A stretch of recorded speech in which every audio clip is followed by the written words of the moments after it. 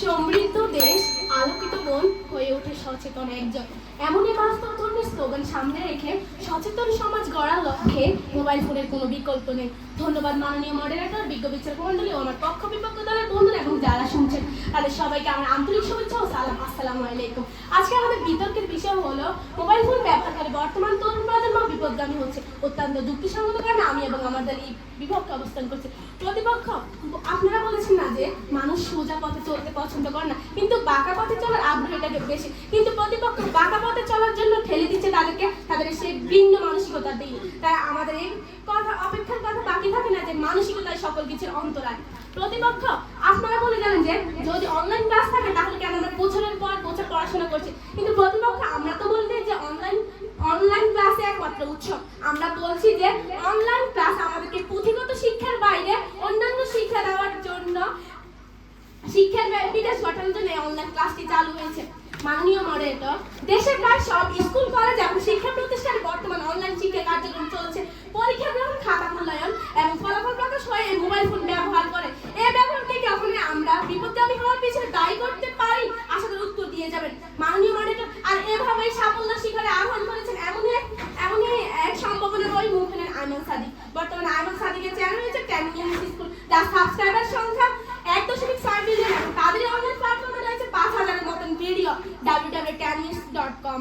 মাননীয় মডারেটর, প্রতিপক্ষ দলের বন্ধুরা যে ডিজিটাল বাংলাদেশের কথা বলছেন, সেই বাংলাদেশকে ডিজিটাল বাংলাদেশ করার পিছনে কিন্তু অবদান রয়েছে আমাদের মোবাইল ফোনে। মাননীয় মডারেটর, শেখ শহীদ জয়ের হাত ধরে এবং মাননীয় প্রধানমন্ত্রী শেখ হাসিনার নেতৃত্বে দেশ আজ ডিজিটাল বাংলাদেশে পরিণত হয়েছে। তাই তো আজ দেশে 4G সংযোগ, ইন্টারনেট সংযোগ থাকার পর 5G ইন্টারনেট সংযোগ করার সিদ্ধান্ত নিয়েছে। প্রতিপক্ষ দলের বন্ধুরা যদি মোবাইল ফোন করে মানুষ বিপদগামী হতো তাহলে কি 4G ছেড়ে আজ 5G ইন্টারনেট সংযোগের ব্যবস্থা করা হতো? আসলে উত্তর দিয়ে যাবেন মাননীয় মডারেটর। প্রতিপক্ষ দলের দ্বিতীয় বক্তা বলে গেলেন যে আপনার জুতো আপনার পায়ে আছে, আপনার মস্তিষ্ক আপনার মাথায় আছে, আপনার পথ আপনাকেই বেছে নিতে হবে। ঠিক কিন্তু প্রতিপক্ষ, আপনার জুতো যেমন অন্য কেউ পড়তে পারবে না, আপনার মস্তিষ্ক যেমন আপনার মাথা ছাড়া অন্য কারো মাথা থাকবে না, ঠিক তেমনি আপনার মানসিকতা আপনার কাছে থাকবে। আপনার মানসিকতাকে আপনি পরিবর্তন করতে পারবেন, অন্য কেউ পরিবর্তন করতে পারবেন। তাই আসুন আপনি আপনার মানসিকতাকে পরিবর্তন করুন, আপনার জীবন বদলে যেতে পারে।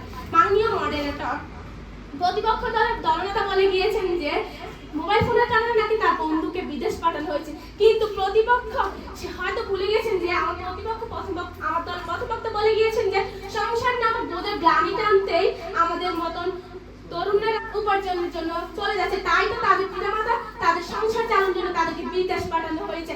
এখানে কি আপনার মোবাইল ফোনে কি দোষ দেখতে পাচ্ছেন? আশা করি উত্তর দিয়ে যাবেন মাননীয় মডারেটর। আমার প্রতিপক্ষ দলের দলনেতা বলে গিয়েছেন যে সন্ত্রাসীরা এখন মোবাইল ফোনের মাধ্যমে একজন আরেকজনের সাথে যোগাযোগ করতে, কিন্তু প্রতিপক্ষ আপনারা হয়তো ভুলে গিয়েছেন যে সেই সন্ত্রাসীকেও কিন্তু মোবাইল ফোনের মাধ্যমে খুঁজে বের করা হয়। মাননীয় মডারেটর, আমার প্রতিপক্ষ দলের দলনেতা বলে গিয়েছেন যে আজ যখন সেই বিদ্যালয়ে যায় তখন তার ছোট বোনেরা তাকে এসে বলে আপু আমার একটি টিকটক অ্যাকাউন্ট আছে, সেখানে গিয়ে ফলো দিয়ে যান। প্রতিপক্ষ এর জন্য কি তাই মোবাইল ফোন নাকি আপনার ছোট বোনের মানসিকতা? মোবাইল ফোনটা আপনাকে এসে বলে না যে তার একটা অ্যাকাউন্ট আছে, সেখানে গিয়ে ফলো দিয়ে আসতে। মাননীয় মডারেটর, লক্ষ্য করুন আজ আপনার ছোট বোনের মানসিকতা কোথায় এসে দাঁড়িয়েছে। সে আজকে আপনাকে তার অ্যাকাউন্টে ফলো দেওয়ার জন্য একটু দ্বিধাবোধ করে না। তাহলে এখানে আপনি মোবাইল ফোনে কি দোষ দেখতে পাচ্ছেন তা আমাদের একেবারে বোধগম্য না। মাননীয় মডারেটর, একজন শিশু সবচেয়ে বেশি নৈতিক মূল্যবোধ পায় তার পরিবারে। এখন প্রতিপক্ষ দলের বন্ধু বাচ্চা কান্না করে দেখে যদি তাদের পিতামাতা তাদের হাতে মোবাইল তুলে দেয় তাহলে এটার জন্য তো মোবাইল ফোন তাই না, তাই হচ্ছে বাবা মা। মাননীয় মডারেটর, এখনকার চোখের ছেলেমেয়েরা যখন গল্প শুনে খেতে চাইতো তখন তাদের পিতামাতা তাদেরকে গল্প শুনে না খেয়ে তাদের হাতে মোবাইল দিয়ে বলেছে, তাই তো তাদের খাবার সঙ্গী হিসেবে দাঁড়িয়েছে টম এন্ড জেরি কিংবা মোটু পাতলু। প্রতিপক্ষ আবার আপনারা বলে গিয়েছেন তারা নাকি মাঠে ঘাটে যাবে। কিভাবে মাঠে ঘাটে যাবে?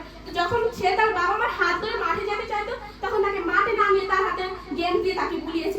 এভাবে পিতামাতারা তাদের সন্তানদের মানসিকতাকে নামাতে নামাতে এতটাই নামিয়ে ফেলেছেন যে তাদের সন্তানরা আজ মাদকাসক্ত হয়ে পড়েছে। প্রতিপক্ষ, ভূতের বাড়ির ভূত যদি হয় ভূত তাড়ানোর ওজা, ভূত তাড়ানো কি কখনোই সোজা না? মাননীয় মডারেটর, ভূত তাড়ানো কখনোই সোজা না।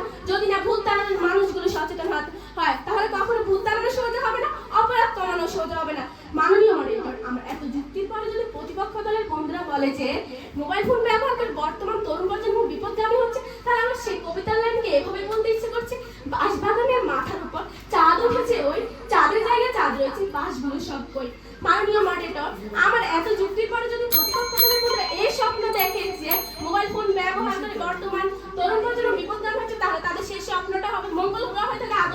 আধুনিক এলিয়ে